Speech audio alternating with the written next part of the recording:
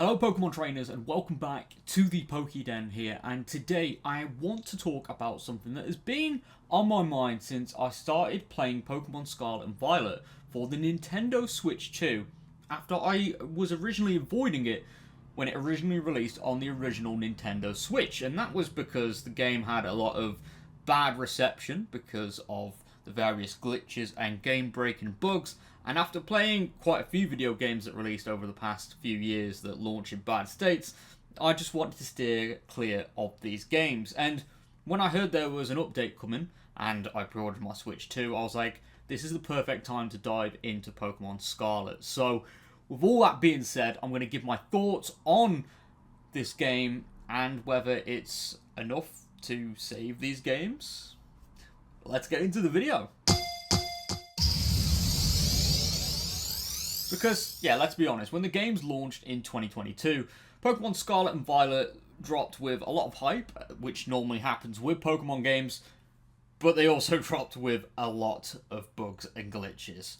And these included frame rate drops, there were pop-ins everywhere, and then you had NPCs that were moving kind of like stop-motion puppets, which was, yeah, completely immersion breaking. And then you had textures that were very low quality, and they kind of looked like they'd just be made with a potato.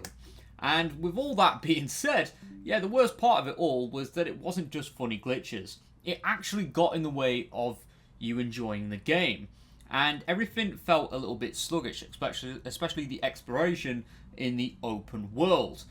And the battles were a little bit glitchy as well, with low frame rates. And even the cutscenes, which have become a vital part of modern Pokemon games, were stuttering a lot as well. And my best analogy for it, it was kind of like you put Breath of the Wild into a microwave and then did it again, but with tinfoil. Now, we jump into the present day in 2025, and the Nintendo Switch 2 has dropped. And alongside it came a free update for Pokemon Scarlet and Violet, alongside various other Nintendo Switch 1 titles. And I'm going to be completely honest, from what I've seen, especially with comparisons on YouTube and other websites, it looks like it's a massive improvement compared to the original version. So we've got a pretty much stable 60 frames per second for a Pokemon game in docked, and even on handheld it runs pretty smoothly as well. The visuals are a lot cleaner, and yeah, the textures are much clearer, so you can see what's going on. Whilst there are still some things that haven't, translated well, it looks like a much more high quality game. And the animations work properly, even at a distance. And fast travel, which is obviously really important for navigating a lot of this big open world, especially with the DLC areas as well, it now only takes a matter of seconds compared to the long waiting times on the Switch 1.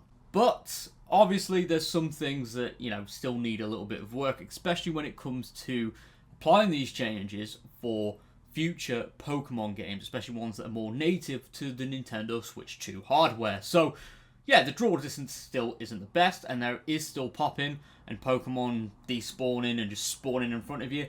That is still happening, and these can be fixed with a future title, whether that's going to be in Legend ZA or a Gen 10 title. So there is still a potential for a proper, pure open world Pokemon game that works properly. It's definitely in the pipeline, and there's a lot of potential. But there's also something that's happened as well with the Switch 2, which I noticed in a few news articles, is that when you obviously get Switch 2, and if you own a Switch 1, you want to transfer all your save data over for all of your games. And there's ways to do so through official channels, and there are unfortunately some players that have lost all of their Pokemon data when transferring their save data and all their personal data from the Switch 1 to their Switch 2. Because these Pokemon games still don't necessarily support cloud saves.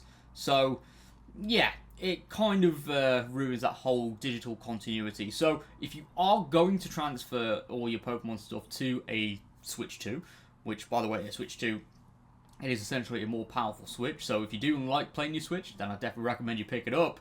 Use Pokemon Go, which is essentially it's like Pokemon Bank, where you can uses cloud service to transfer Pokemon in between games, which works absolutely fantastically.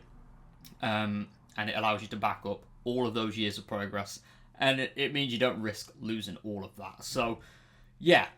As a final note, whilst looking back at Pokemon Scarlet and Violet, which also includes a fantastic story, which I would like to break down on the channel in the future, the Switch 2 necessarily didn't just save Scarlet and Violet, it just helped expose how good of a game it is underneath all of the poor performance and bugs and glitches. So if you haven't picked up Pokemon Scarlet and Violet, or if you were put off after seeing all the bad reviews and stuff, I definitely recommend you pick it up, because it is a game that revitalizes the Pokemon formula and gives you a lot more freedom when it comes to starting your Pokemon journey.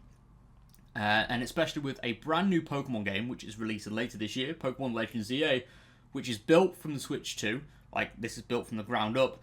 This is a chance for Game Freak to prove themselves from what they've learned, and also to give a proper open world Pokemon game to fans, which hopefully learns from the mistakes of the launch of Pokemon Scarlet and Violet. Because, yeah, the Switch 2 is a brand new start for Pokemon, and then next year hopefully we get some new mainline games, which will bring some new exciting designs for us all to get excited over. But, yes, my final take on all this is, yeah, the Switch 2 did definitely help Scarlet and Violet be revived and to have a new lease of life before we get a brand new generation of Pokemon. So definitely worth picking up if you haven't already, or if you were put off completing the game, I definitely recommend you pick it up now. But anyway, thank you so much for tuning into this video. If you are new around here on the Pokeden, be sure to smash that like button and subscribe for more Pokemon content, whether that's card unboxings, reviews, or just any form of Pokemon content. And I'll see you all next time. Thank you very much for all support as always, and goodbye for now.